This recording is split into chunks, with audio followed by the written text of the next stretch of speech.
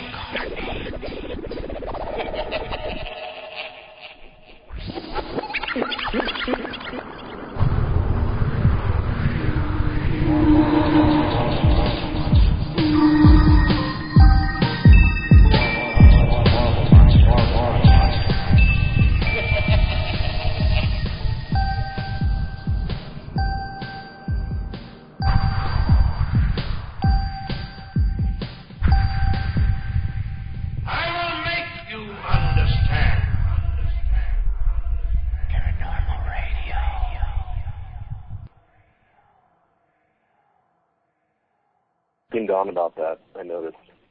Welcome to the Church of Mabus. We're coming at you live on Saturday night from UFO Paranormal Radio Network. Coming at you butt naked from Philadelphia and Florida. That's right, that's how we do it. Woo, woo, woo. Just first thing, a few things. Our guests, just a quick forecast of the guests coming up. Next week's, my bud Ted Rowe, actually a pretty good friend of mine. He's coming on for 2 hours. I love Ted Rowe. He's awesome. NARCAP. He'll be on next Saturday. He's a trip. I call him the Tedster. Like, if you look on the event on Facebook, he's like, has a kung fu stance and a samurai sword. He's a trip. He's definitely a trip. And then after that, the next week is the Romaneks. Lisa and Stan Romanek, they're going to be there. That show is kind of about married couples and contactees. I just kind of want to hear stories about what couples go through, you know, some of their experiences. So that one's kind of like a married contactee special. So, I mean, anything goes with the Romaneks. Last time we had the Romaneks on Stan Romanek, all who's on our second show. Basically, that was about the whole Jeff Richmond hiding the... Jeff Richmond from Paratopia actually has proof, supposedly, that the whole Romanek case, or a certain part of it, is got some situation as far as he was a visual analyst, and we got into all that, a big giant mess, and that's what... It was just, we won't get into that right now, but you'd have to listen to it on our archives to get the gist of it. But it'll be their return. And then the last week of the month is one of my favorites, friend of mine, Jeff Mudgett. He's going to be on about his book, Bloodstains, about America's first serial killer, H.H. Holmes, the Carnival Killer, Devil in the White City. There's a book called that by Eric Larson. Leonardo DiCaprio is about to do a movie where he plays H.H. Holmes. And basically, H.H. Holmes had a hotel called the Murder Castle, or well, I don't know what it was really called, but that's what they called it later. You would basically come there, and he would lock you up and cyanide you and watch you die from behind closed doors. And Jeff Mudgett is related to him on some level and supposedly has a diary, and his book's kind of weird. I think it's got truth and fiction intermingled, but I believe he's definitely really related to him, and there's some paranormal stuff in there, too, so has a little dose of that, if you know what I mean. But H.H. Holmes is just creepy, man. He'd grab you and lock your ass in a safe and let you just stand there and die. Dude scares me, man. He's definitely a creepy, mean dude. Oh, man. Coffee went down wrong. I'm going to die. All right. But anyway, to our guests, I'm okay now. I just kind of salivated down the wrong canal. But let's get to, one thing I noticed today that I wanted to mention. I saw the Huffington Post said that the federal government, the federal, whatever, the court asshats, basically said marijuana had no medicinal value, and that's what they released to the public. And in the same, another article by Science Daily, Harvard scientists said that marijuana shrank tumors in mice. So that was pretty upsetting to see Harvard scientists saying one thing, and the balled-out, sell-out, corrupt government who's bought out by Big Pharma on such a level it's just disgusting, say another thing. So that was really upsetting today to me. If anybody saw my Facebook wall, I was definitely raising hell about it. But basically, you got anything, Guy, or you want to go straight to the guest? No, let's go, man. All right, well, let's get to the guest tonight. Greg Joe Van Hassler. He might want to say that again. He might want to repeat that to make sure I'm saying it right. And Richard Valdez.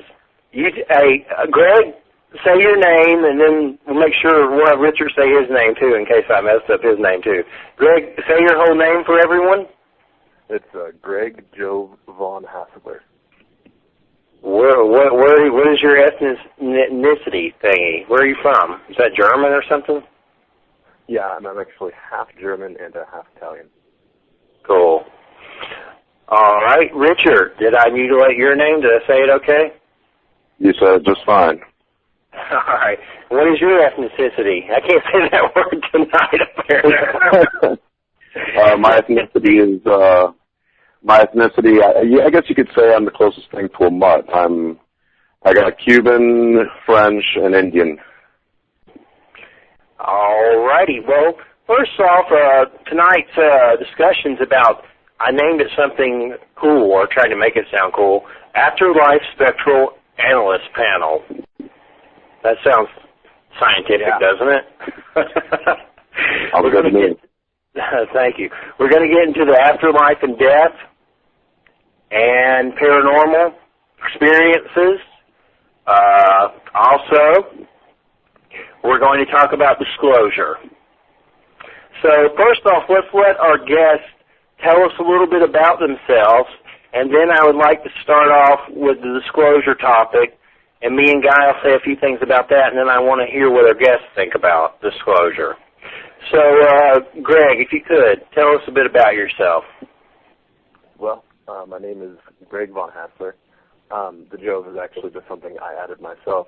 And I'm from Pollock Pines, California, and I'm a writer, a psychic, a shaman, a truth sayer, a healer, contactee, as well as a creator of orgone products.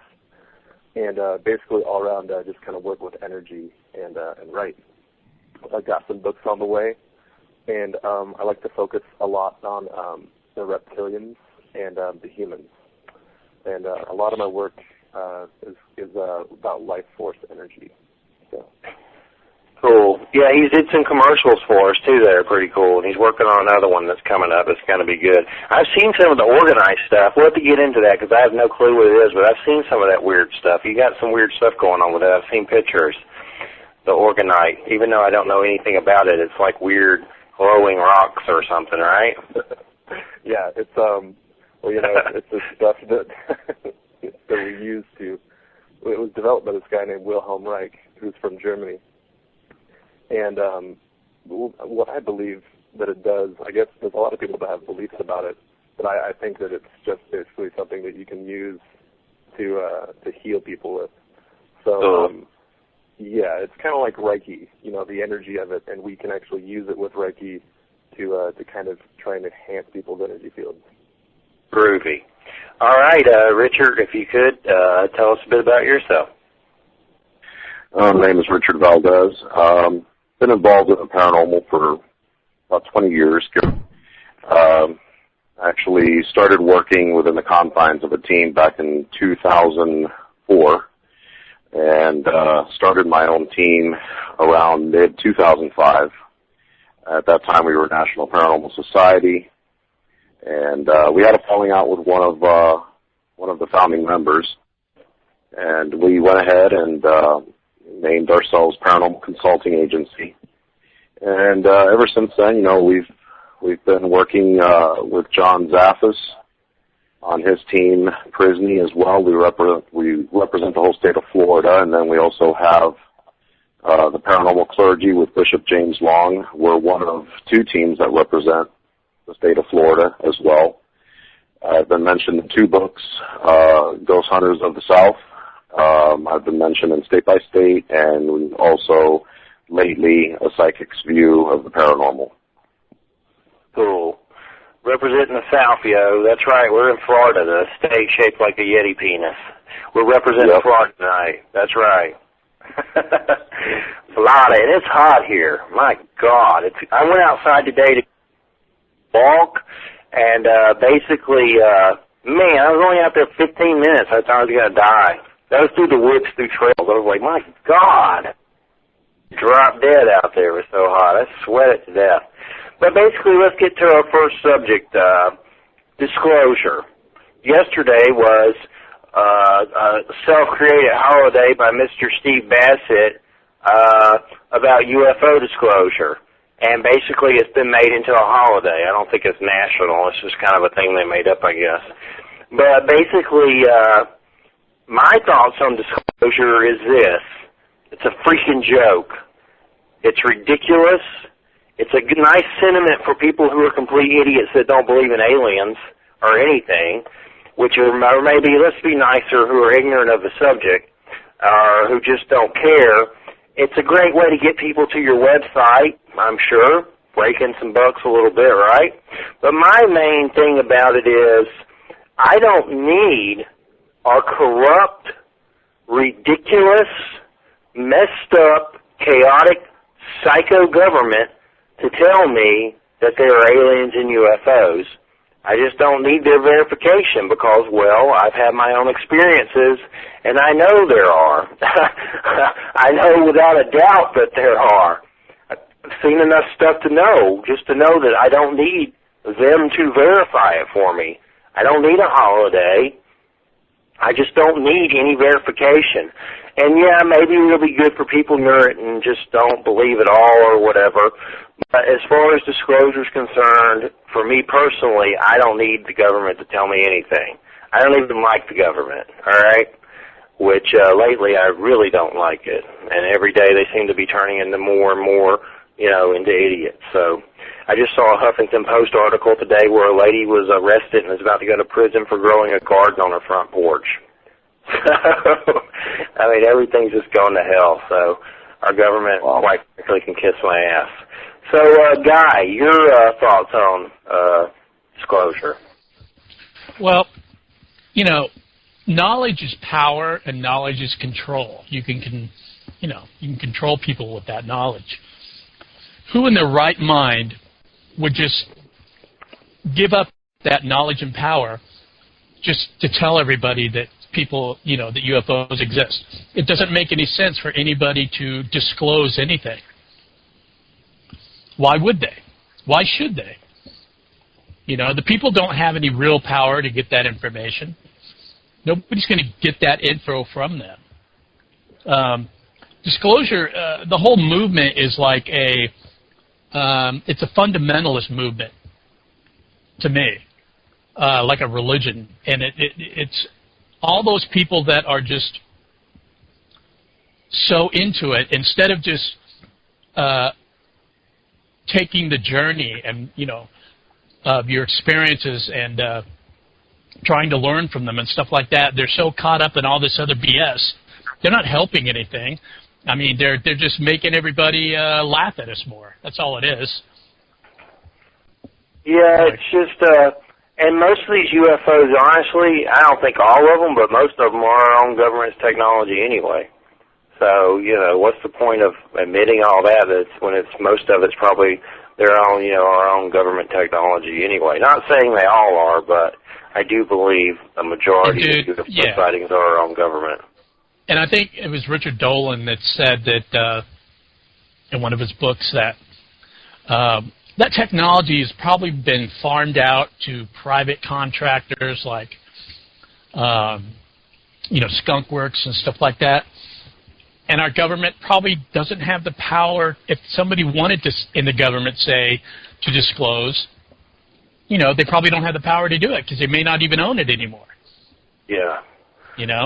That Dolan book, John Ratcliffe bought it for me, Richard Dolan's book.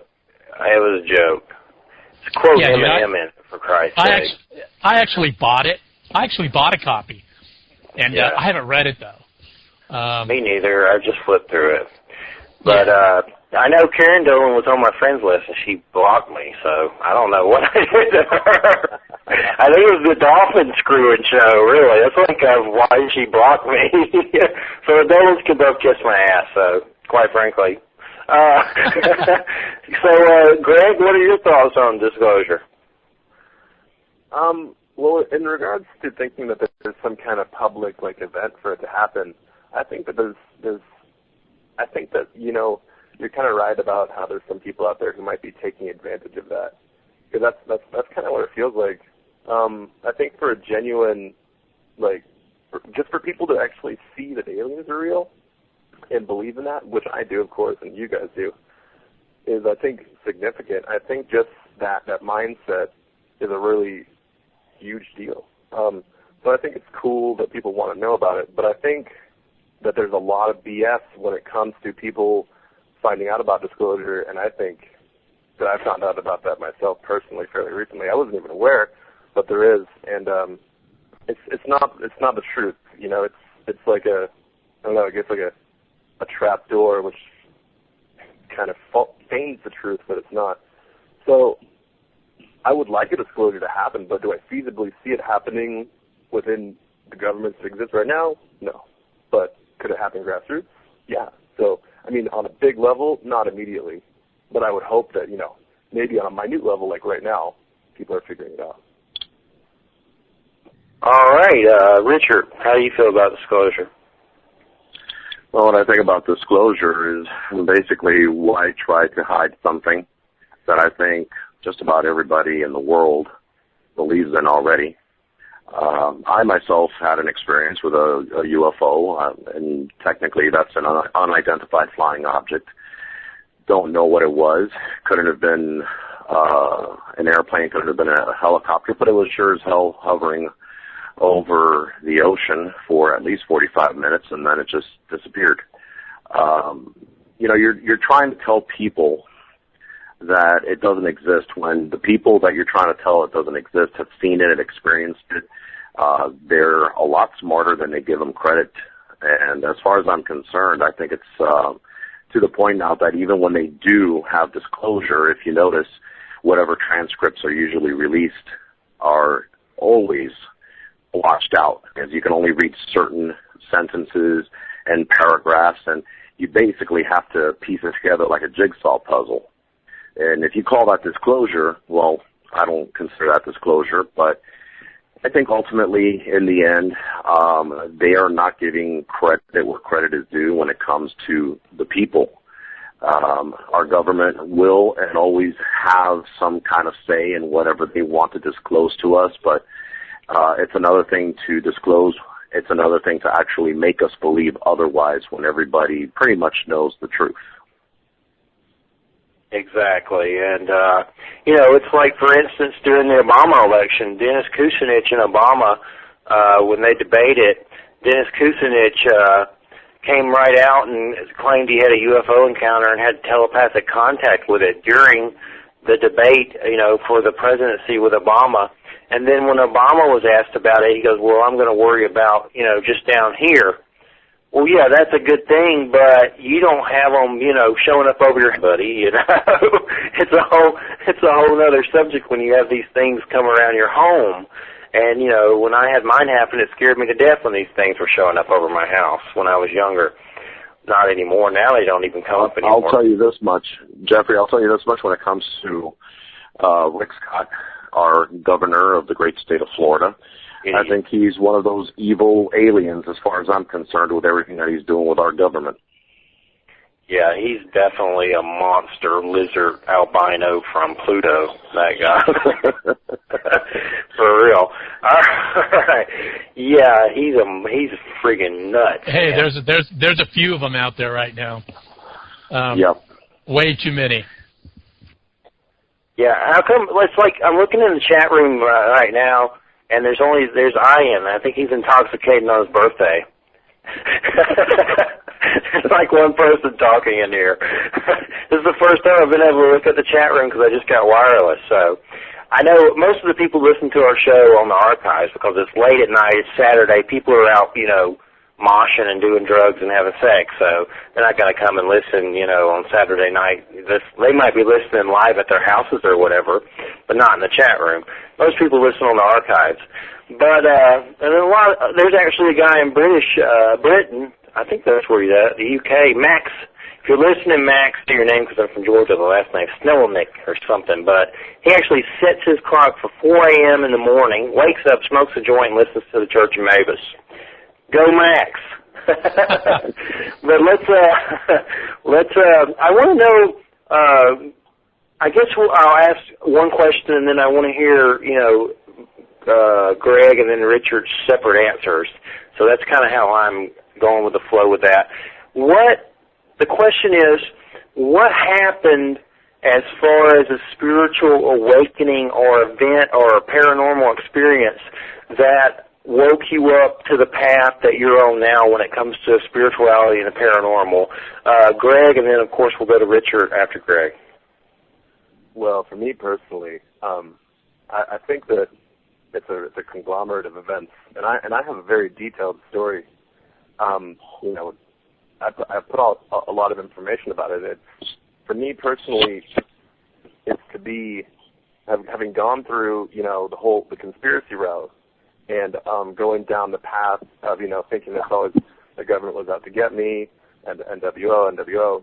I think I manifested that happening, and I think it really pissed them off.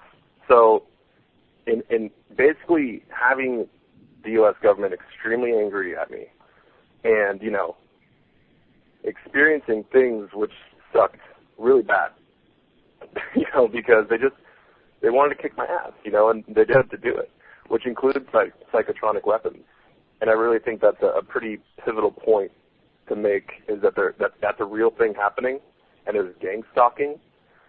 So just to put that out there.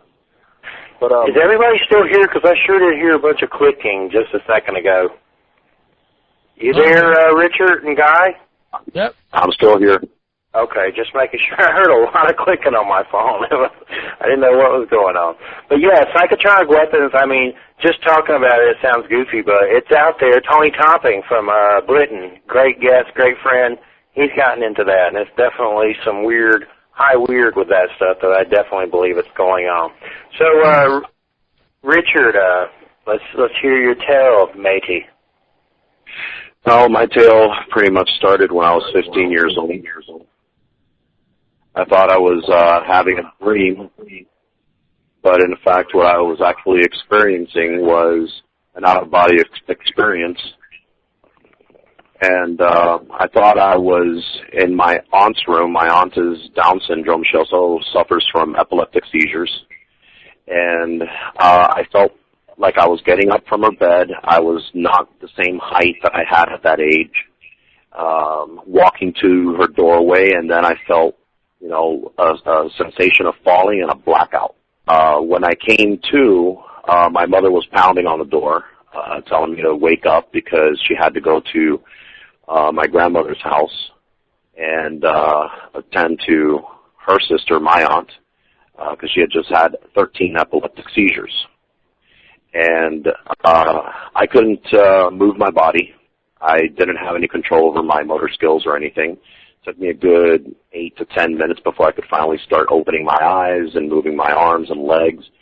When I finally did and got there, I pretty much found her where I left her in my dream, or what I thought was my dream, right at the doorway of her bedroom. And that's what compelled me to start researching anything within the paranormal field. One of the first books I picked up was written by the late, great Hans Holzer, and he's still, to this very day, one of my biggest inspirations when it comes to the paranormal. And that's pretty much what started my journey out. What book did he write? What's the title of his book? Well, actually, the very first book that I picked up was Ghost Hunter, which is a term that is also used to this very day for which is ghost hunting. Although I last time I checked, I don't hunt for ghosts. I research them. I study the spiritual realm, and I try to help people out in understanding the paranormal. That's basically my function. But, yeah, when it comes to ghost hunting, you know, that's basically what I do, and that's using the name of his book, actually. Cool. I'll have to check that out sometime. All right, Yeah. well, let's steer the questions to, more to the panel. Let's steer the questions to the dead. So as far as ghosts are concerned, what would be your perspective on them and definition? I know there's so many different ways to look at ghosts.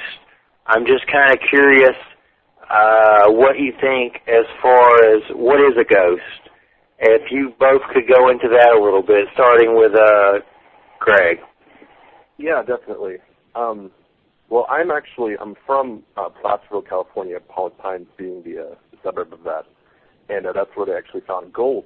And during the gold rush, there was a huge influx of settlers. And my mom has actually even seen one of them on her road, but that's another story. But I think from a scientific point of view, that a ghost is actually different than a spirit, because a ghost is actually just an imprint in time. A spirit is actually a real entity that you can communicate with, but a ghost is actually just the energetic signature that is left there. So I think that ghosts, they don't know they're dead, but spirits do. And that's been a long held belief of mine, actually. All right, Richard? Well, I have different views, but they're somewhat similar to Greg's. When it comes to ghosts, it could be either way. Ghosts could be actually attached to a certain area or home or spirit, however you want to refer to it. They may not even know they're dead, and some do know they're dead. But when it comes to a spirit, what I have discovered over the years is that we do tend to have a lot of what I call, and what I've ended up coining the term for, visitations. Usually family members that have passed on that will visit their ancestors and whatnot, and they simply want to check in on them, let them know they're around, or maybe something that they some kind of information or want to get across to them. Ghosts, to me, are usually spirits that are trapped in whatever area, or sometimes even to an object. They don't know why. They're confused. They don't even know they're dead. And then, of course, there are what we usually refer to as residual energy. And residual energy is also a form of, it's kind of like a recording that just keeps going over and over and over again. There's really no intelligence attached to it whatsoever, but it usually takes place according to a possible anniversary of some kind of tragedy, or something can trigger it within the house. Usually when there's reconstruction or remodeling going on in the house, it can also trigger these type of energy signatures as well. But all in all, I think we can all agree on the fact that this is energy in one form or another. One thing that interests me heavily that you both mentioned is the fact that perhaps this ghost doesn't know it's dead. If you both could, I'm kind of curious about some more information about that. How would that perspective be for a ghost? I mean, for instance, let's say I croak. I wake up. I go to play my PS3. I'm a ghost. I can't. I'm going to know something's wrong, right? Like I'm not going to be able to wank off. I'm not going to play my PS3. Something's going to be, I mean, if you're a ghost, things have just got to be a lot. Like, it's completely depressing to me, to think that you toil and live and you go through all this BS on Earth, and then you die, and then you get lost and you just wander around for an eternity, in a house or something. I mean, it's there's millions of different cases of that. I mean, you go to like Gettysburg and there's just ghosts everywhere, and what happened to all these people? These people, are they stuck there forever? Can you talk to them? Can you... I think a lot of the spirits or ghosts that are stuck in Gettysburg, you have to remember, they were tragically killed. It was during battle. More than likely, a lot of times when people do see them, the living do see them, they see them doing the same thing they were doing before they died, which is usually going through a battle of some or marching. They end up going through the motions of what they did, and whatever residual memory has been left within their very essence.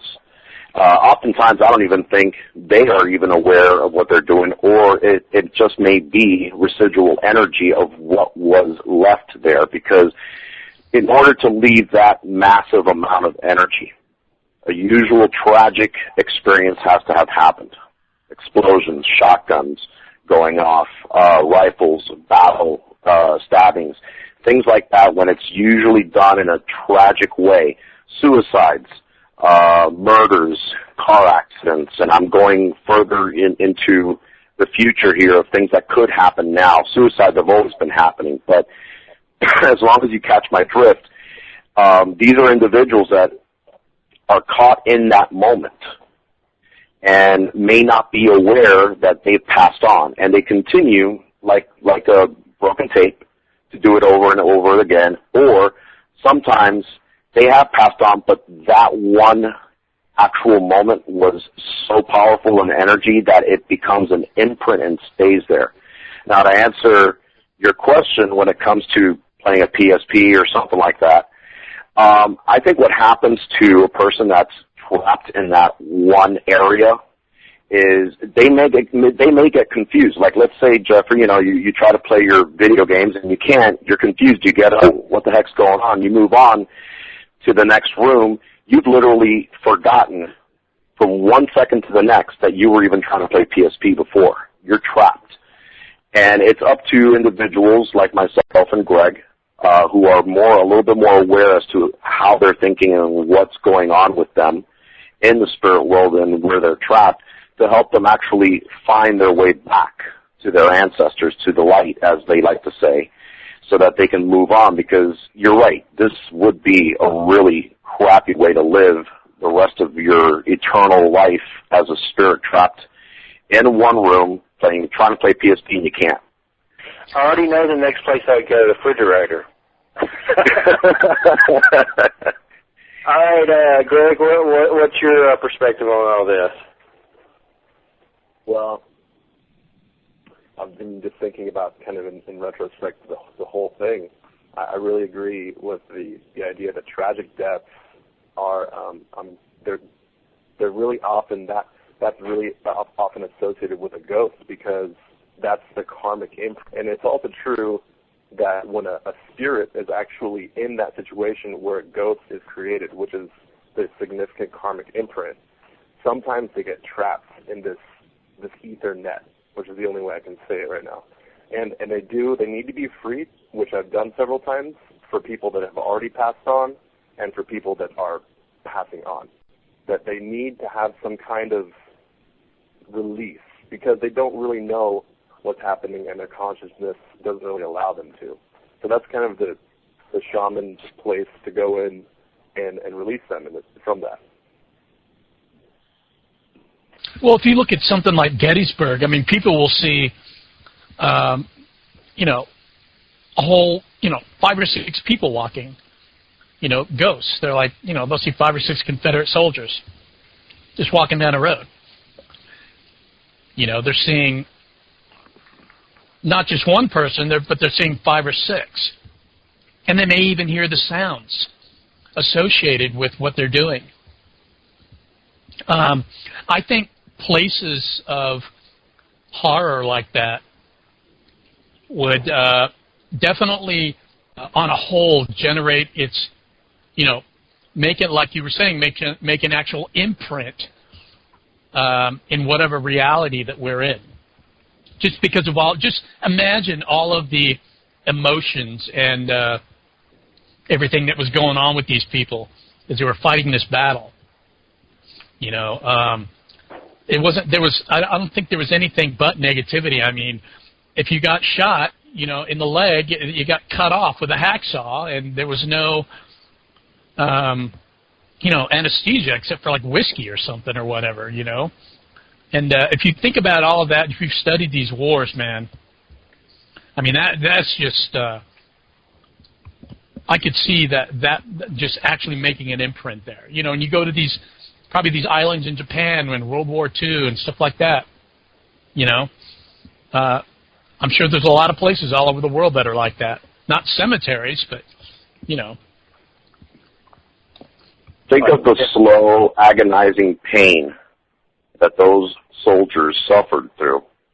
Having a limb having to be removed, like you said, with a hacksaw. There was no anesthesia whatsoever, no antibiotics whatsoever to fight off whatever infection may have tried to set in, and usually did set in, which would cause high fevers, the delusions and the dreams they would have, the lucid dreams they would have in those high fevers.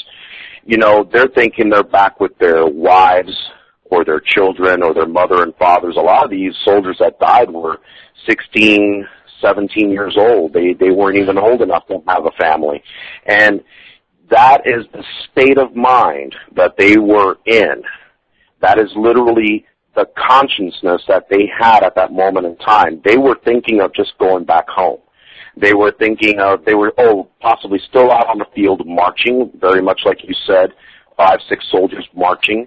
And that's what they were thinking of doing. That's the loop they get trapped in sometimes. And it ends up playing over and over and over again in places where, you know, you had Gettysburg and where you had all these little skirmishes here and there fighting. That's what's going to happen. That's enough energy to be left.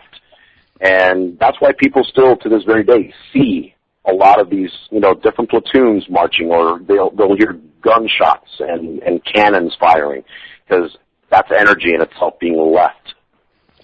Yeah, it's almost like anybody who dies in a state of horror, you know what I mean, or a state of trauma or something like that, would, you know, just, it's almost like a negative on a print or something on a like a Kodak, one of those old Kodak cameras, you know. Polaroid picture, yeah. That's right. You know, I was watching a John Edwards show a long time ago, and it ended up that he had 2 911 widows in his audience, and he got their husbands on his side, and they kept saying they don't know how they died. They were just at work one day, and then they were here. I mean, it was just like that. And it's that quick. Yeah, I mean, you know, when they were in the area where the plane hit, so yeah, it's pretty. So my next question is, as far as life in general, it seems that there's a large overlooking of death. No one really, I mean, not no one, but to me, life is a preparation for death. I mean, besides being here and experiencing and love and all that goo-goo gaga, I mean, that's basically what life is on some level. It's a preparation to make a transition over to the next realm. That's definitely part of the experience of, you know, that we're here for, to die. What lives must die. Well, I'll ask the question and you both can answer. Do you think that we need some sort of preparation in life to embrace death on some level? That's why a lot of these people are, you know, being the twilight zone, so to speak, because they're not prepared. And if so, what do we need to do to prepare for death? I mean, Tibetans have the Book of the Dead. I've read stuff, you know, about when you die, you have to, you know about certain energy bodies, or you have to face certain emotions that are kind of like demons, and, you know, forgive them and let them go. You have to go through the transition. But as far as life is concerned, how do you feel about the preparation for death? Is that what the big problem is with a lot of these ghosts, is they just never really thought about death or prepared for it? Craig? And then Richard? I think that, and this is kind of the thought that was coming to me as you were saying that the condition of how we only live so long, which is really tremendously short lives, to 100 at the most for most people, right? If that, of course. And I think that in order to actually live really long, which a lot of textbooks say from ancient times, I guess, like religious ones, that people were living, 800, and that was common, right? And I think that perhaps maybe we would need to understand the secrets of the universe if we were to get that. So I think all the preparation attempting to understand the secrets, well, not necessarily knowing them, or perhaps understanding the secrets and using some kind of occult wisdom, I guess, depending upon what kind of person you think you're embalming. But I think altogether that a lot of the preparation for death and as far as ghosts go, that it's a good thing for people to be, in the current state that people are in, to be blessed before they go, for a safe, trip. But I think if we really understood that the way the spiritual realm works, that death, we'd really start to see it as more of an illusion, and I think that perhaps maybe we can make the transition easier. So that's my sense.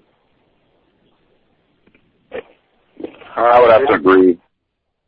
I would have to agree with Greg. I think, personally, me speaking, I can't speak for everybody else, but I think life is a journey. We live it. We're born. There's an old Cuban saying, we're born to die, basically. And as soon as we take our first breath, any second, any minute, any hour or day can be our last. We don't know. But every single life is precious. Depending on what you go through in your life, which is basically a journey, is what you take with you in that transition, which we call death. I strongly do not believe that what we define as death is the end. I believe it may be the end, of course, definitely for sure, of our physical body, but not our essence, what makes us who we are.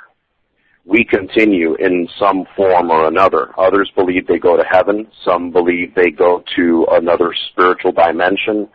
And some people believe that they come back as a different person, man or woman, even animals.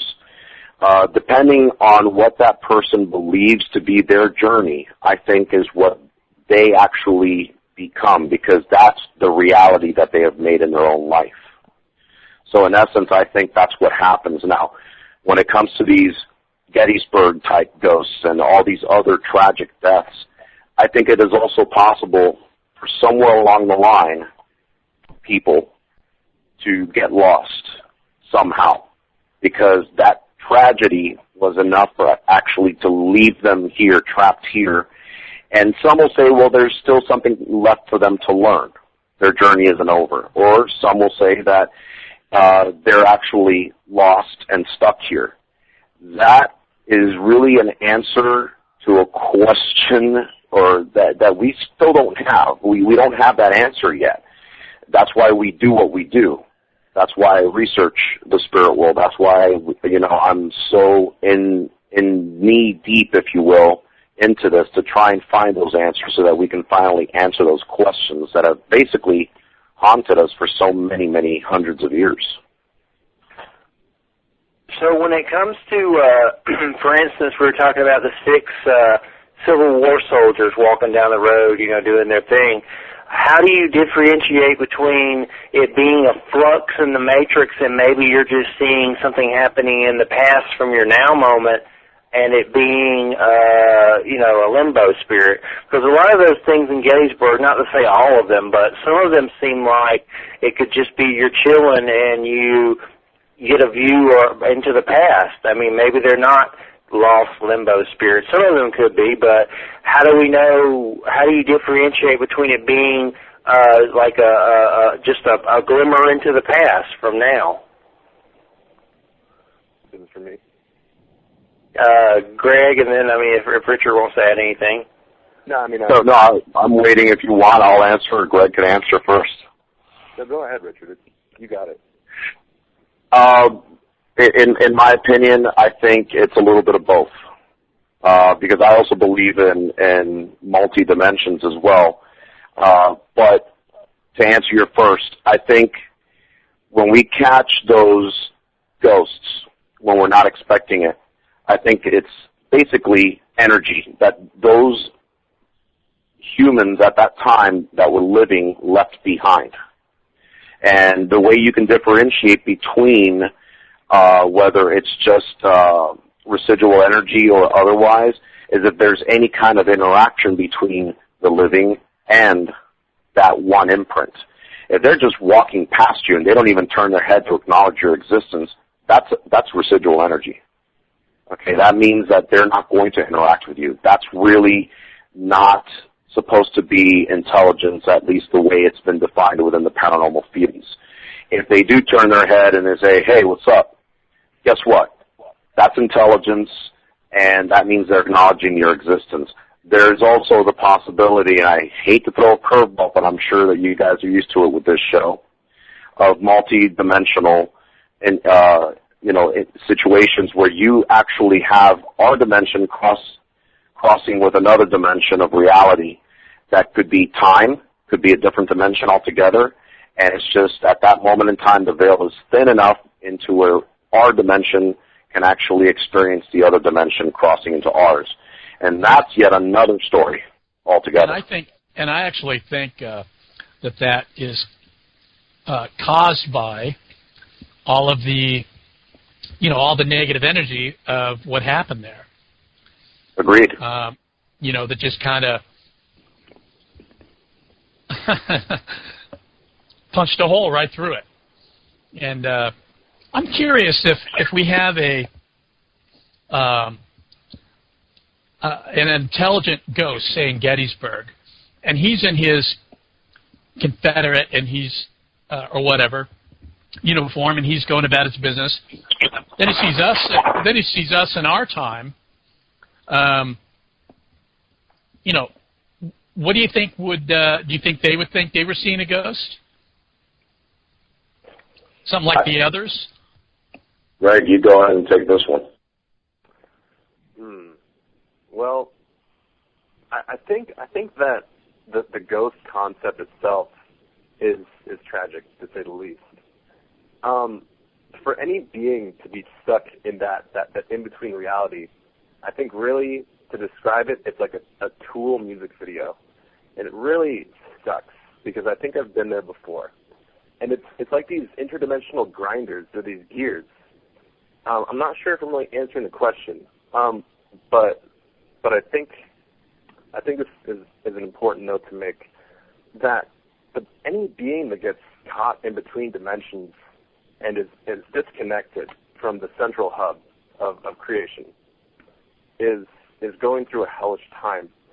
So my viewpoint on it is that I really just, it hurts me and it disappoints me to see that happening, because I think in this particular place, Earth, right now, that's kind of like happening a lot. But there's a lot of suffering, and you'll hear that from various mystics and intuitives, that there's people stuck in between these realities, and they're suffering, and they want to get freed. And I think, honestly, that there's some interdimensional doorways being reopened right now, and that might be a huge topic in and of itself. But I'm seeing a lot of that happening, that there's these beings that are coming in and out, and I think that's really cool. So, I don't know, that's kind of my go right there. Well, Yeah, supposedly, the whole thing. Go ahead. Go ahead, Richard. That is okay to answer, throw a curveball as usual. Let's say those Gettysburg soldiers turn around and look at us, and we're up against, let's say, an SUV, and dressed in blue jeans and a T-shirt with something on it, some kind of advertisement. How do you think they're going to perceive us? I mean, yeah, we're living, or are we ghosts? But what the hell are we wearing, and what are we leaning up against? And They've never seen an SUV vehicle. They've never seen T-shirts with advertisement on it in any way, shape, or form. They'll possibly not even understand why we're talking into a box called a cell phone. So, then you would have to actually throw into the pot here, are these spirits thinking we're aliens? Or are we some kind of, top secret military weapon of some kind that's never been used before, and we're simply there to distract them? There's so many possibilities to all of these scenarios that we're not really taking under consideration. And one of the first examples I've always used, when I'm explaining a spirit or ghosts or whatnot to individuals or clients that we come in contact with, is the movie The Others with Nicole Kidman. For the whole duration of the movie, of course, towards the end, I started realizing exactly what was going on, but the whole duration of the movie, you're following along Nicole Kidman's flight into, these ghosts that are invading their home. And next thing you start realizing that they themselves are the ghosts, and they're perceiving the living as the ghosts. And what the hell are they doing in their own home? A lot of times, that's why we don't even bother during EVP sessions to even ask a spirit how they died, how long they've been dead, all these questions, because oftentimes they don't even know that they're dead. And we'll leave the client with a worse off situation than before we got there, because then all of a sudden you got this spirit there saying, wait a minute, why did this guy just walk into my house and ask me how I died? Am I in any kind of pain? What's today's date? And those are a lot of scenarios that we need to also think about as well, because we also have to be mindful of the situation and the mind frame that a lot of these spirits may have at that moment in time. Yeah. Well, guys, we're nearing our break, our 10-minute break. When we come back, I want to ask some individual questions. One, I want to know, when we come back from our break, I want to get into Greg and the whistleblower situation and what he means by that. And then another topic I want to get into with Richard is about the pastor that he studied with, and I want to get into the origins of angels and demons and the Enochian, did I say that right? Scriptures, Enochian and Enochian. Enochian script. And I want to get into that weird, crazy darkness, because I love that stuff. So if you guys would, what are both of your links for your website, starting with Greg? It is www.legitimistic.com, and that's LEGITAMYSTIC. All right. Greg? Rich. Mine is www.paranormalconsultingagency.com. And you can also find our group page on Facebook under the same title, Paranormal Consulting Agency. Groovy Daddy-o. Richard, do you guys post evidence on your site? We post evidence only. The only time we post evidence is when we're actually trying to educate. But we usually handle just clients, and we usually do not post that much when it comes to clients, because clients usually don't even want their faces or evidence posted, so we do respect that their personal preference when it comes to that. But yes, we do, and we are actually presently working on the website. It's been an uphill battle to post a lot of evidence, but we got way too many. Do you guys go out, do you guys have planned things where you go out to like an old hospital or a mental institution or something like that? We call those field trips. We do meet 2 or 3 a year. Most of the time, we're basically dealing with private residences and clients, and that's really our forte. That's our calling. That's, I think, where we really have found our groove when it comes to this, because we deal more with the clientele and explaining to them how the paranormal interacts with them, and how to have them learn how to cope with it or get rid of whatever may be in their home. All right, guys. Well, we need to go to break, so I think it's definitely time for break. Yeah. Yeah, we got like 1 minute. So So Jojo, why don't you just go ahead and take us away right now, and we'll come back in 10 minutes. Jojo.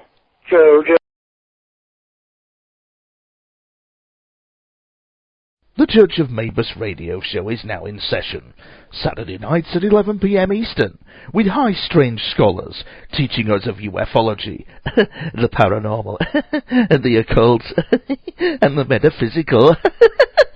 Seek sanctuary.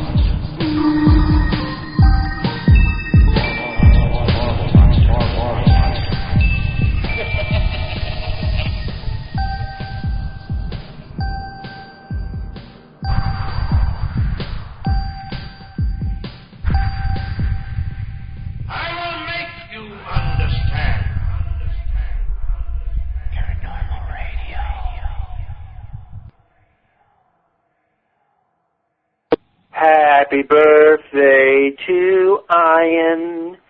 Happy birthday to Ian.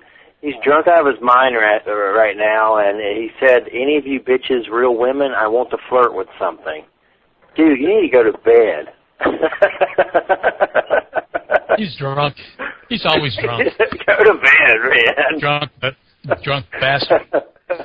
Coming in our little area. Right. And let's get to, we're going to ask individual questions now of our guests. My first question I want to know from Greg, and then we'll ask Richard about demons. We are legion, we are many, we'll kill you. We'll eat your soul. What is a mohique, Greg? Mohique is a friend's radio show of mine, Frank Argueta, and he has a Coke. And that's just basically paranormal. It's like a paranormal network in L.A. And I was saying Dave Navarro also works on the same website on another show. And they're just a bunch of guys doing a radio show, paranormal. They're cool. Cool. Well, I know I've heard of Dave Navarro, but I wasn't sure who Mohique was. But if he's in it, it can't be too bad. What happened to the Red Hot Chili Peppers? They're not even around. They haven't had a CD in forever. They still alive? They're around still. Yeah, they're still around.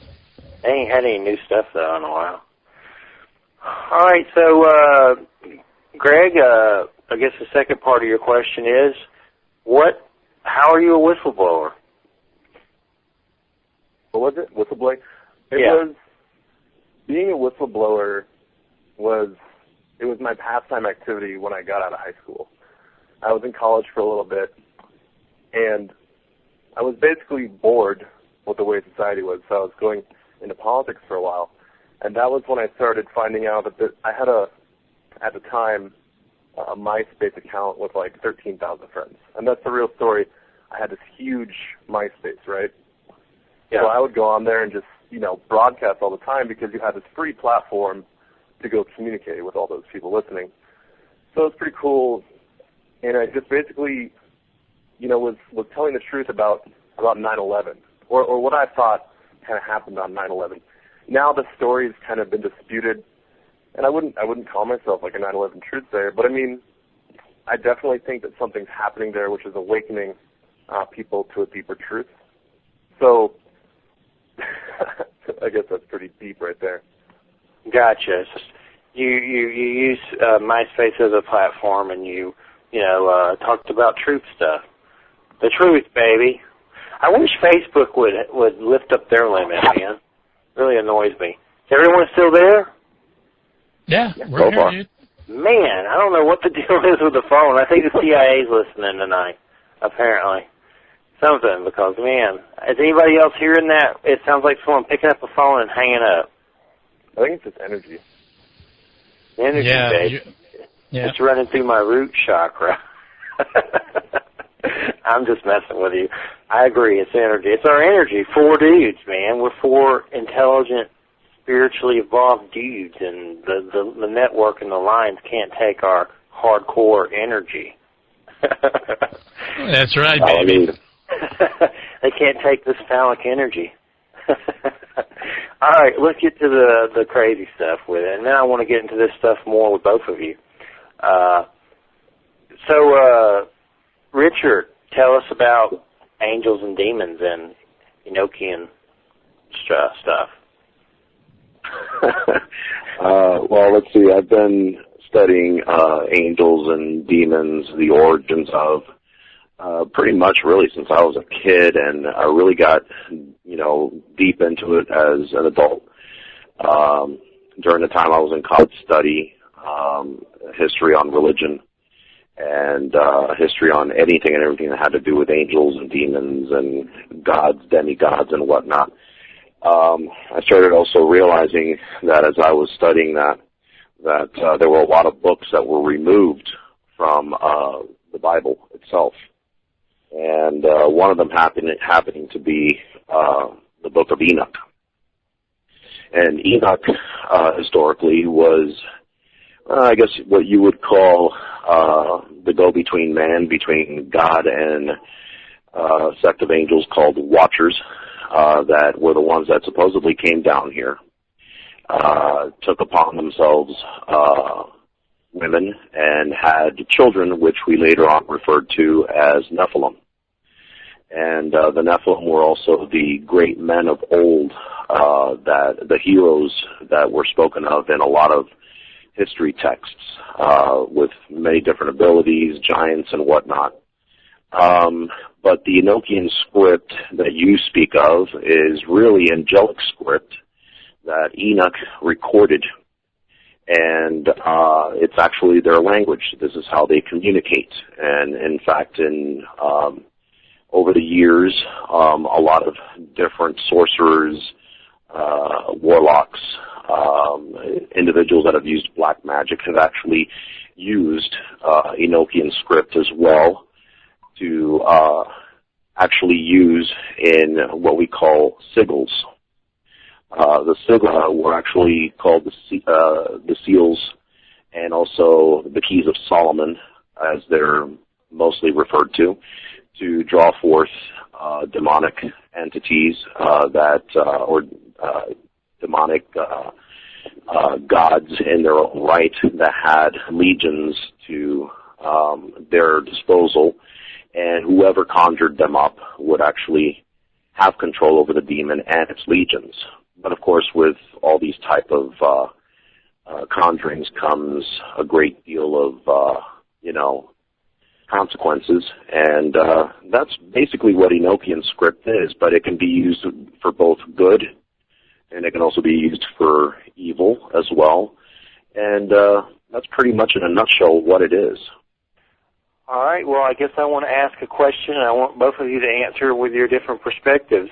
How do you guys feel about good and evil? Do you believe that there's a source of evil like a Satan or, like Lucifer, or what's the hype as far as God and the devil? I mean, obviously you must believe on this stuff on some level if you've studied it. As far as, I do believe there's a lot of truth to, the keys of Solomon. We've talked about this stuff before on the show. But as far as good and evil and the beings who dance between these polarities, if you will, what's your perspective on that? Let's start with Greg, and then we'll go to Richard. Well, I think that concept of good and evil and duality, which I've written a lot about, is that, there's always a good and there's always a bad. And I think that right now specifically that our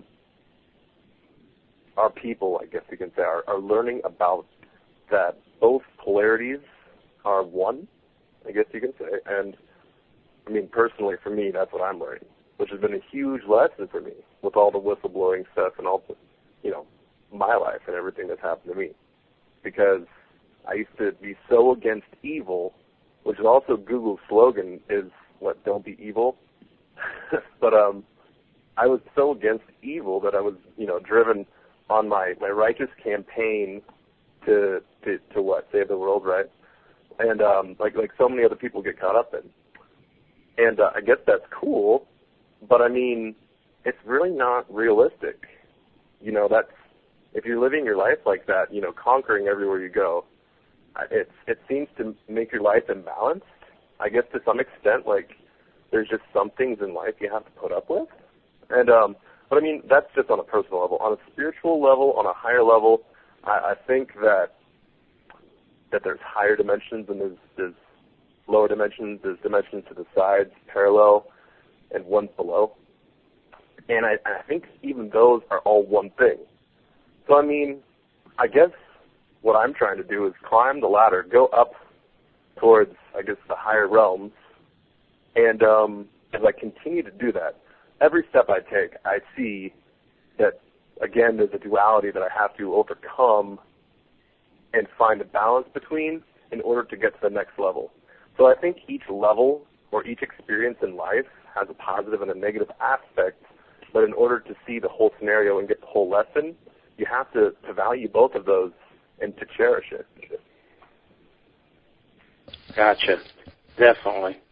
Hey, all right, Richard? All right. Well, my views on it are somewhat similar to Greg's. I believe there's a yin and a yang. You can't have light without darkness, vice versa, or else we would never really know the difference between good and evil. Do I believe that there is a hierarchy of meaning a God and a devil? Yes, I do. I think there's a source for everything that we experience.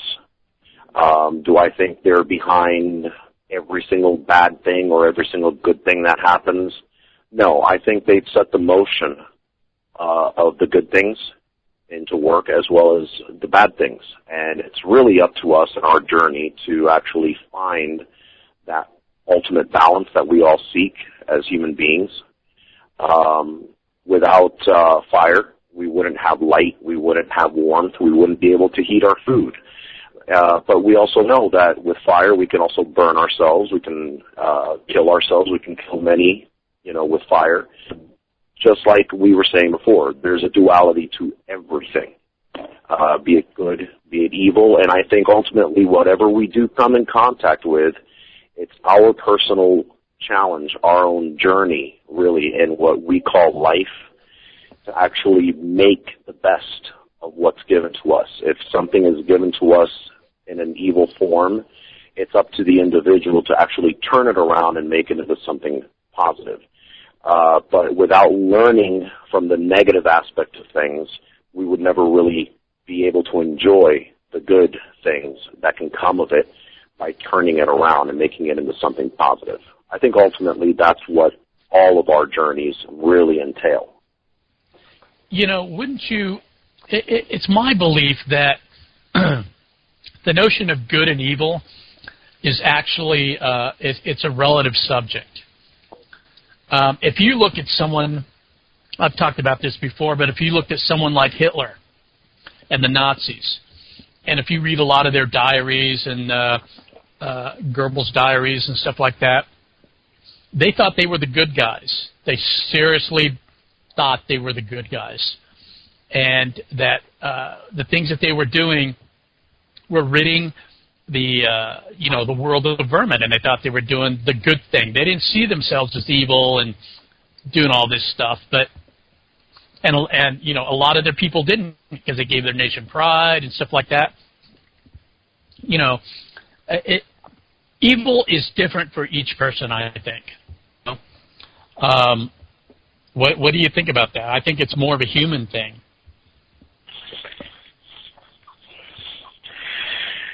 Well, I think ultimately, in the end, you need to see the fruits of your labor. If what you perceive to be good is, in essence, having to literally commit genocide, to kill a certain group of people because you, in your mind, perceive them to be evil, then basically you have to look at the ill effects of what you're doing. The problem is that usually people like Hitler, Mussolini, whoever else you want to call in to this discussion as people that have been considered to be evil throughout our history due to the things they've done, you need to look at the overall good and the bad, which outweighs which. And I understand what you're saying when it comes to perception. General consensus, I think, if you were to ask, people the world over, would be that what Hitler did was considered evil and very narrow-minded. I agree 100%. I'm just... Exactly. You have Christian fundamentalism and stuff like that, too, and you have Muslim fundamentalism. Exactly.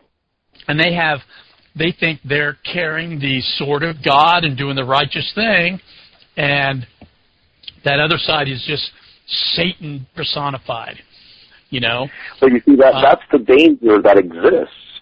You see, unfortunately, this is the funny part. You have the skinheads, and they claim to be, Christian, and they believe in the Christian faith, yet their very existence is, as far as I'm concerned, an oxymoron, because they're believing in Christianity. Jesus was a Jew. So, what is it you're believing in? What is it you're taking out of context? And I'm not saying that Christianity is the number one faith or Muslim or, Hindu or anything. It all comes down to the general, consensus of actually looking at faith. I think religion, in my opinion, at least in my book, is evil. Religion is man-made. Religion is basically created by man as rules by which we have to govern ourselves with. And I think that, in essence, is really the true evil that ends up corrupting the true faith and the message that faith is trying to bring across. Right. If you look at it, it's usually man that ruins everything when it comes to it. Yeah, if the human race actually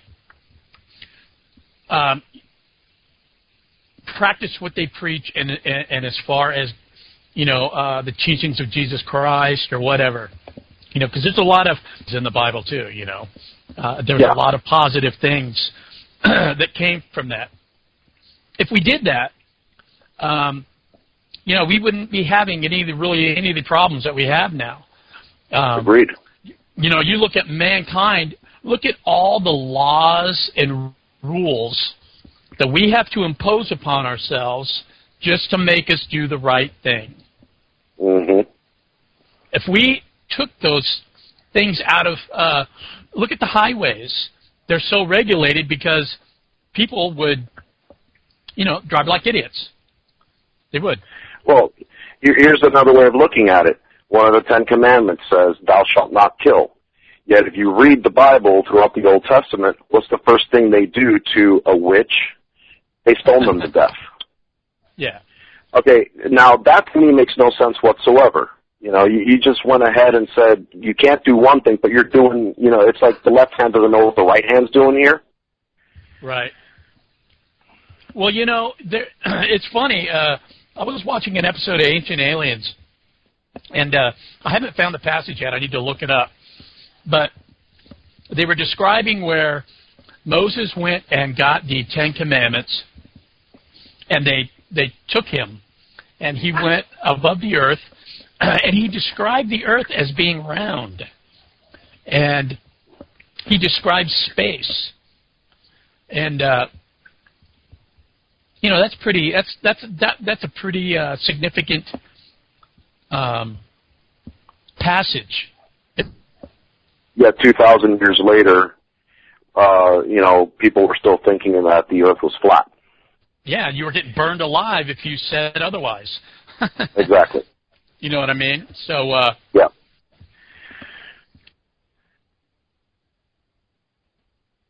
That's the hypocrisy of everything, the madness and the chaos and the death and the oblivion.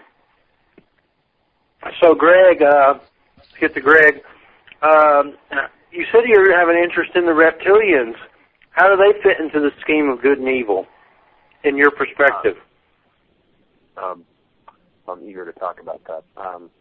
I think that, I think that the whole reptilians, like that they're these, strictly negative beings, which with that idea right there, I mean, I wouldn't say that they're all negative beings because,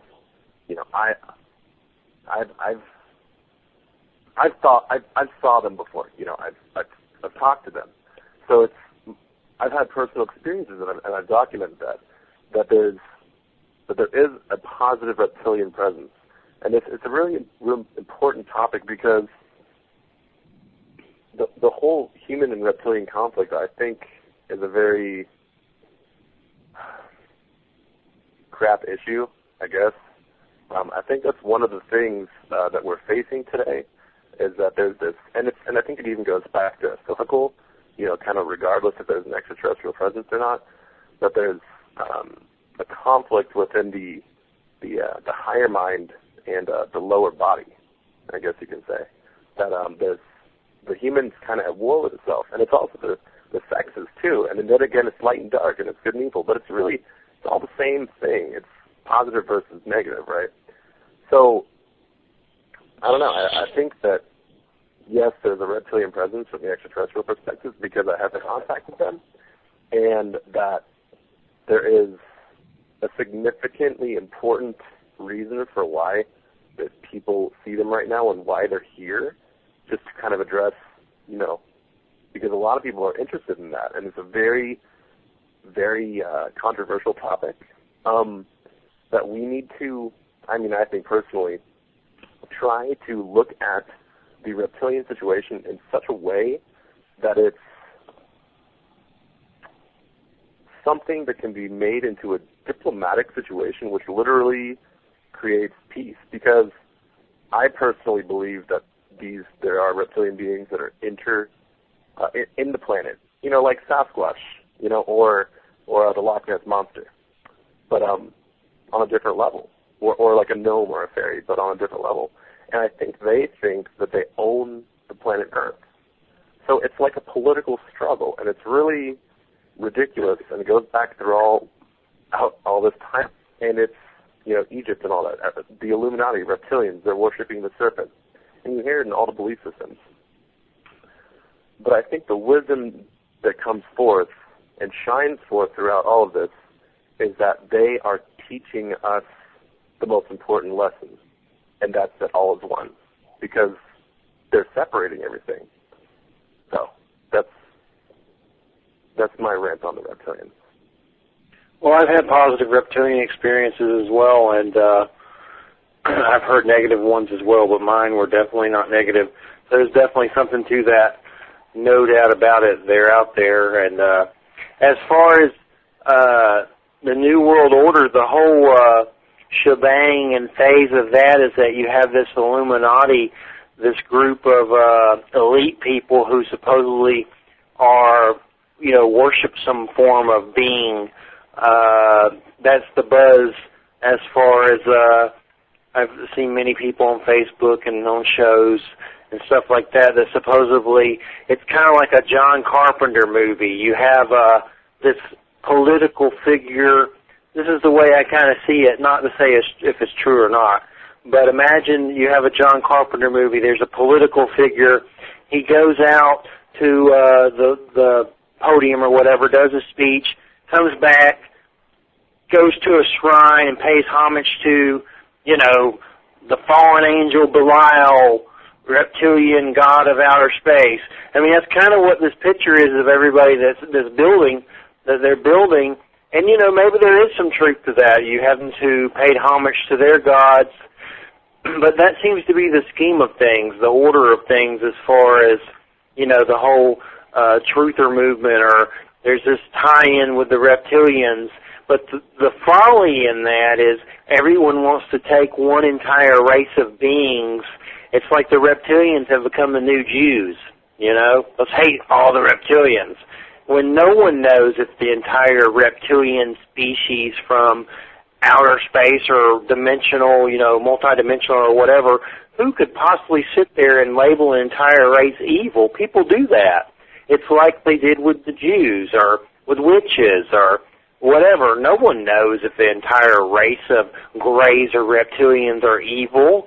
That's just crazy thinking. That's up there with Hitler, for Christ's sake.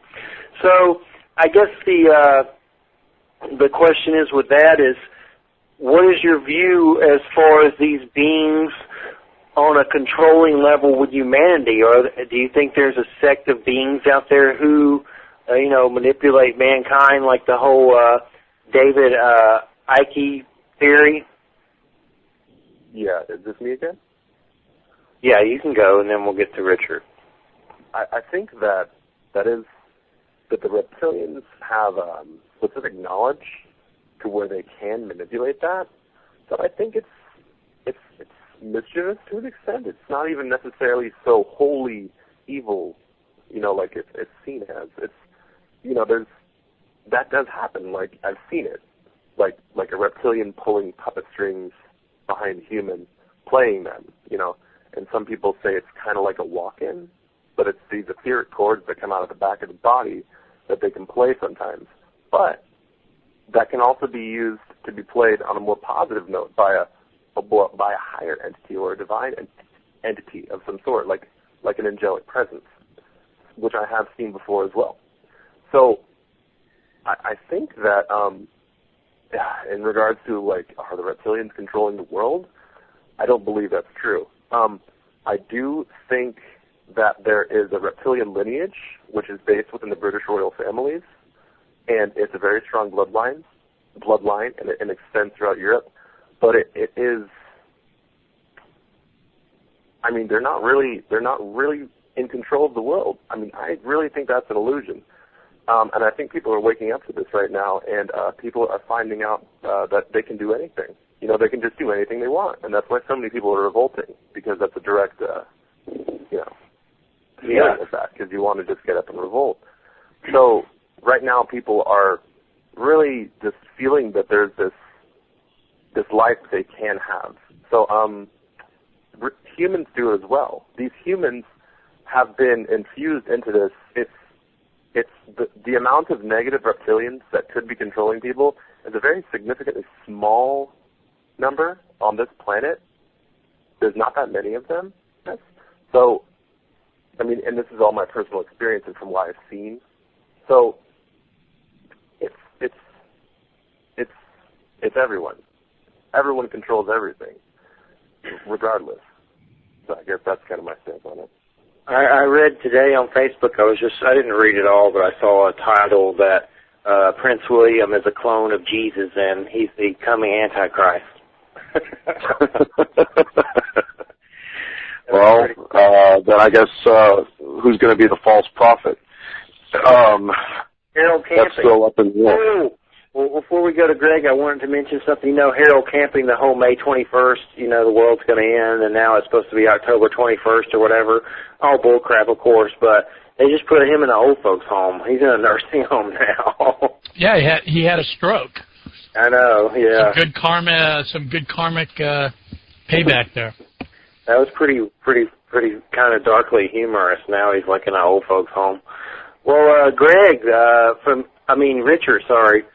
From your perspective of Enochian and fallen beings and angels, how do they fit into manipulating mankind as far as maybe, I guess the angels don't really, unless they do it positively, I would think. But as far as these fallen beings or whatever, how do they fit into politics and power and things to that perspective in your... Well, in actuality, I'm not a believer of angels being in government or whatnot or anything like that. I think that there are some people that believe the Nephilim, which were the byproduct of humans and angels interbreeding, and they believe that there are Nephilim in positions of high power throughout the world and different governments that believe that they are the ones that are the ones that control our government and our money and the wars and whatnot. That's a possibility. I'm not gonna say yes or no. I'm not sure. I'm not behind the scenes to see it. But if you think about it, Nephilims were never really meant to be something good. They were meant to be something evil. In fact, that's supposedly why in the Bible it states that God created the flood to wipe them out.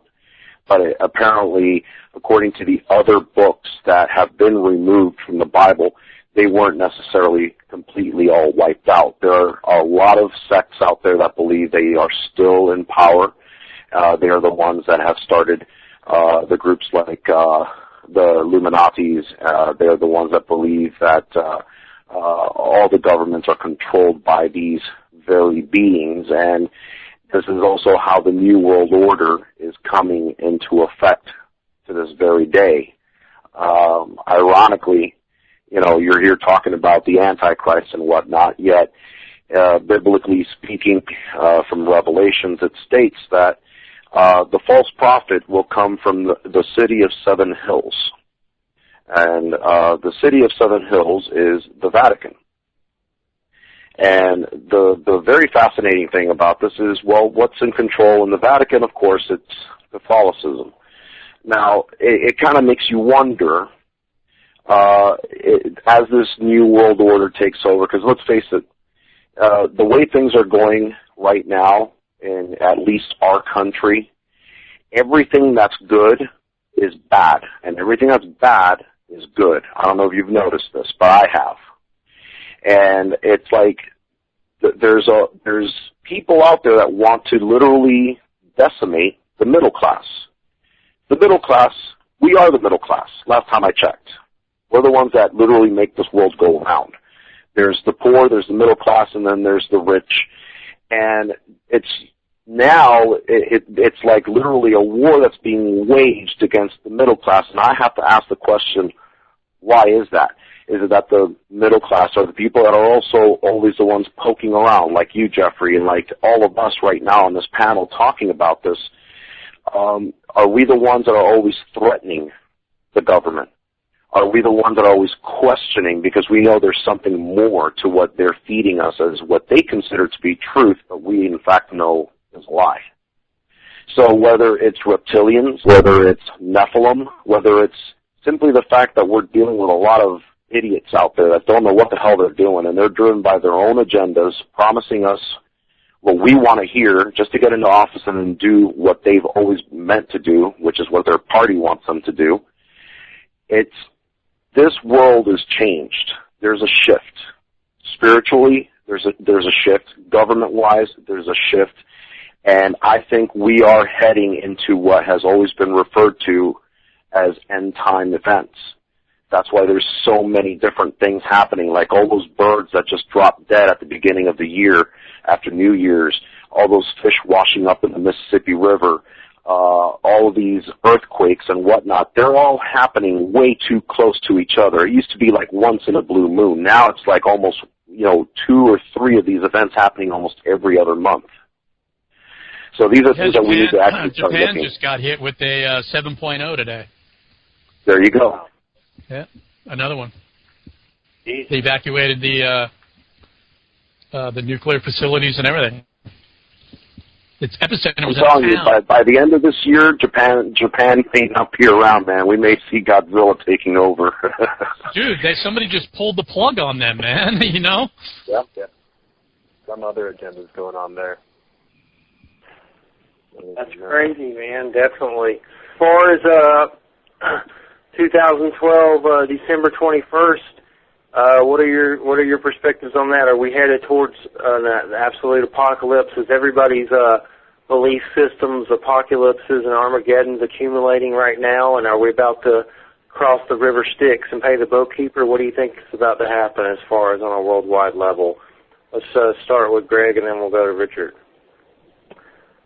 I really strongly think that there's an opportunity at this time in this world for a great change, and I think that's why we're all here. I think that's why everyone's here. It doesn't matter what kind of, soul you are, whether you're highly developed or you're a, little pea pod. There's a wide recognition on the spiritual level that there's a great shift occurring, and you can dimensionally hop skip. You can go up in frequency, and I think it's up to 5 dimensions from wherever you're at. You can just hop up. And I really do think that it's occurring now. I mean, astrologically speaking, I've been an astrologer for 9 years, and that there is definitely, and it's happening right now, it's called a cardinal grand cross, and it's these sequences of astrological events happening all throughout 2012, from 5 years back to 5 years ahead, roughly speaking, of course. But these planets are aligning in 90-degree angles for something to happen. And, of course, this is all getting debunked. But, I mean, really, it's a belief, and that belief is so strong that it's making this reality happen. And believes it. I mean, it's the majority at this point, I would say, that people really think something's going to happen. And I'm talking people that aren't even smart. I mean, just seriously, people you wouldn't expect. That wouldn't question anything. People you would think that would not even be middle class. I mean, that they're just infantile, I guess. But there's people thinking something's going to happen. And just from the aspect of consciousness by that own idea in and of itself, something will occur because people believe it will. That's my thoughts on it. Yeah, it seems like it's accumulating and it's about to freaking explode to me. It's about to explode. All right, Richard, what do you think? Personally, I think, be it, poor class, middle class, upper middle, and all the way up to the rich, whether they're aware or not, I think people are sensing it. People are feeling it. There is a change in the air. It's just right now, the tension is so thick. So many people don't have jobs. People are sensing instability, insecurity. They don't know how they're going to live from one day to the next. That has become somewhat of a distraction, but they also deep down inside sense that there is a shift. There's a change, and we just don't know what. It may be what Greg, and it may just be the fact that there is an end to something and a new beginning to something else, a new awareness to the spiritual aspect of things. I think eventually what's going to happen, what's going to break away from our very existence, from our very essence of what makes us human, is there's going to be a separation, a walking away of what has always been considered conventional religion. Religion has become so passé, it's become so restricted, and has actually, in my opinion, caused a lot more issues. It's caused wars. It's caused division between family, friends, governments, and whatnot, that people are beginning to realize that, we can't continue down this path of religion. They are looking for a higher spiritual awareness. And I think that's where we are evolving into, whether we know it or don't know it, we sense it. I think everybody does. So that's my hit. That's literally what I think about it. I think religion in itself, listen, we haven't changed for 10,000 years.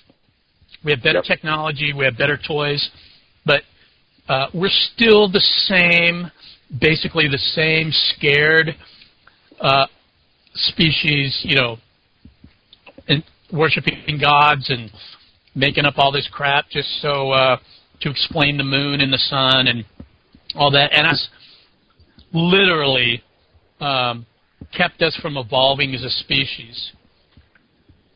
until we evolve,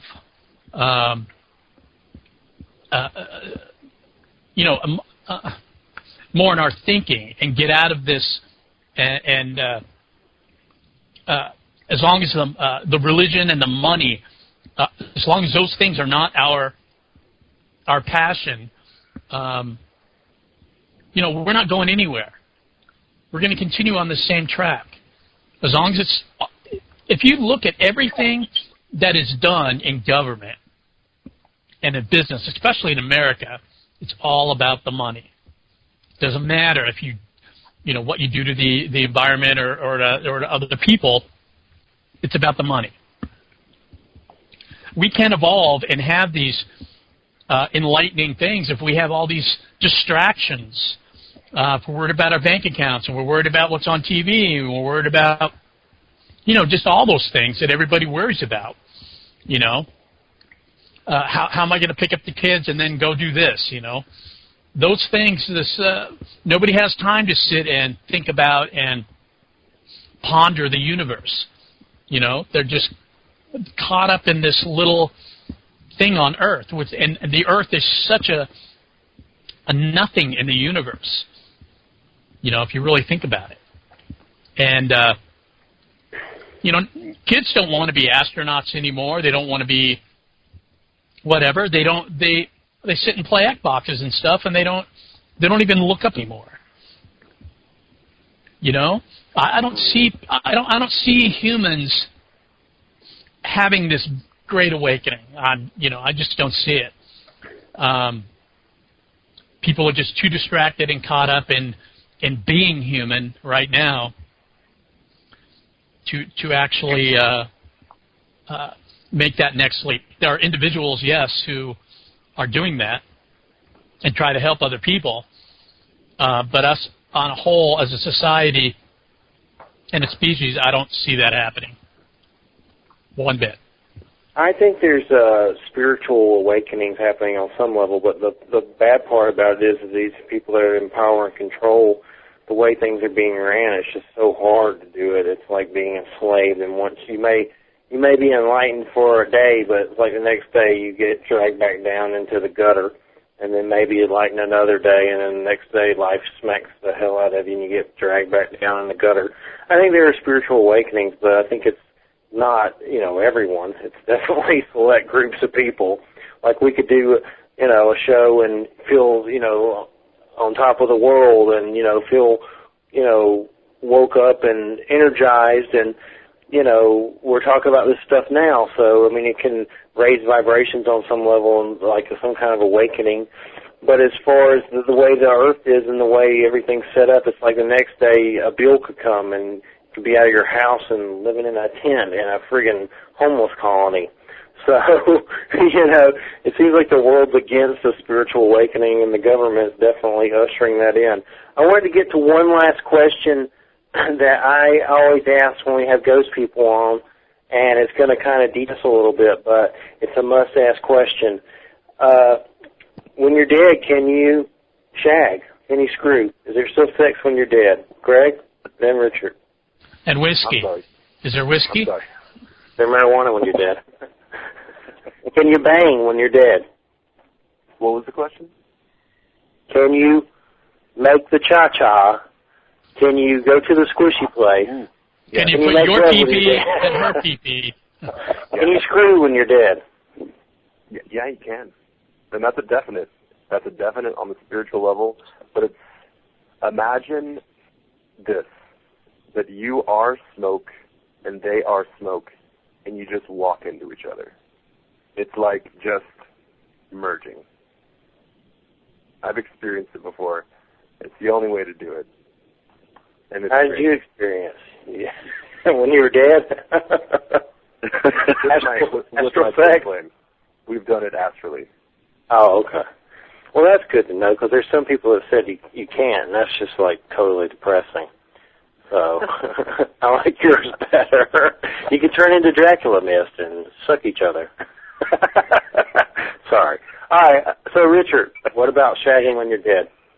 Oh, man. How do I answer that question? Let's see. Well, I've yet to see a ghost streaker or two ghosts having sex, but I do know of a collishly recorded a sexual act on EVP. So to answer that question, I don't think it's possible. I really don't. To be honest with you, I don't think it's even the sex that we consider now as the living. I think it would be more of essence meeting essence. Yeah, it's like a physical thing, chemicals and, you know what I mean? Yeah, with us now it's physical. It becomes a chemical reaction. But I think in the spirit world it would be more of emerging, much like what Greg just said. And it's more, I guess, lucid and even more aware of what the sensation, kind of like that rapture feeling you feel when you first have your first orgasm, I guess. And then you go move on into the spirit world, it's going to be even more heightened, I guess. But I'm taking us on the dark. I'm thinking of it's more of every orgasm. There you go. You can merge your ectoplasm. Maybe as guys get to finally feel what women have always felt, and women get to feel what guys have always felt in the spirit world. So do you think we come to this, to the earth and incarnate in the bodies because the afterlife is just sucks? Why do you think we come here? To learn or experience? If the afterlife's so great, then why don't we just stay there? Why don't we have to come here? Is it like tadpoles that just, spirits of dogs or whatever, we're just forced to? How do you that as far as the evolution of our souls coming here? Is it a choice we make, or we just have to, like a goat coming here, or what? I think that we come to this reality, which is so low in frequency, into the material reality to learn, because here is where you can accomplish the most energy the quickest, because it's so dense, it's so heavy, and moving through it takes so much strength. So, if you're thinking that you're a being from a higher reality with much finer, just vibrationally speaking, a higher frequency, it's finer, it's lighter, it's less dense, and the lower you go in frequency, it's heavier and heavier and heavier, and therefore more difficult to walk through, or to move through, or to move that energy because it's heavier. That in and of itself is the essence of the strength of the lesson that this reality can teach for any soul that comes here, because you can grow tremendously when you have to move through such incredibly heavy substance, which is what this reality is made of. Okay, well, guys, we're coming to the end of the show, and I just want to say when I'm dead, I want to merge my ectoplasm with JoJo. Okay. I'm just kidding. So, drop your links, guys, and it's been a pleasure having you on the show. And what are your links again, so we can get that to the audience? It's Greg's is www.legitimistic.com, and it's ITAMYSTIC. Mine is www.paranormalconsultingagency.com. You can also find us on Facebook under the same Paranormal Consulting Agency under groups. And just drop us a line if you need any help or any advice. We're always willing to help. Very groovy, and keep an eye out. I'll have Greg's new commercial up soon. Well, not soon, but whenever he's done. He's had some other ones share on the wall as well. He's real good at making those. It's been a pleasure, everybody.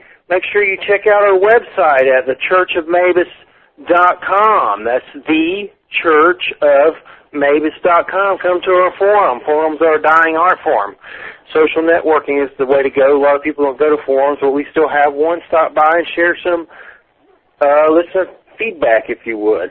All right, next week, Cool Daddy O, Ted Rowe. That's right. See you then. Thanks.